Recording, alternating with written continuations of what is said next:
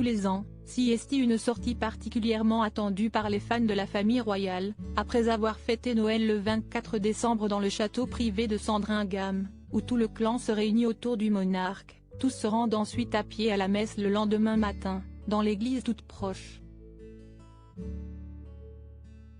Et comme à chaque fois, les looks choisis ont été particulièrement scrutés, notamment celui de Kate Middleton, sur qui tous les regards étaient braqués.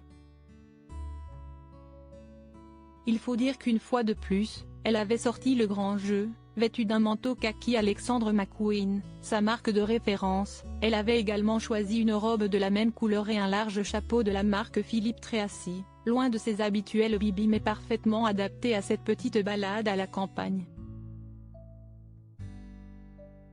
Pour compléter son look, la quadragénaire, nouvelle princesse de Galles, avait également choisi des bottes en velours marron signées d'une autre marque fétiche, Gianvito Rossi, et des gants de cuir.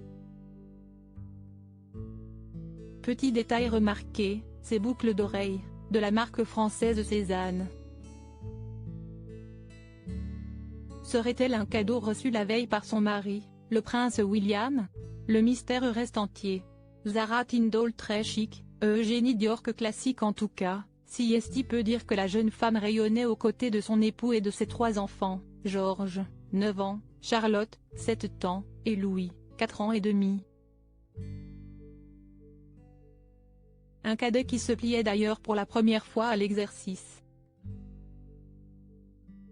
Accompagné de ses frères et sœurs, mais aussi de ses cousines Savannah, presque 12 ans, Isla, 10 ans, Mia, 8 ans, Elena, 4 ans, et du beau-fils de la princesse Béatrice, Wolfie, 6 ans, il a été plutôt sage.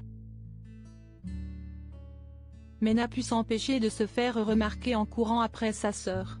Dans les autres looks marquants de la famille royale, difficile de ne pas citer celui de Zara Tindall, la fille de la princesse Anne qui avait choisi un long manteau gris LK Bennett et des escarpins très chics.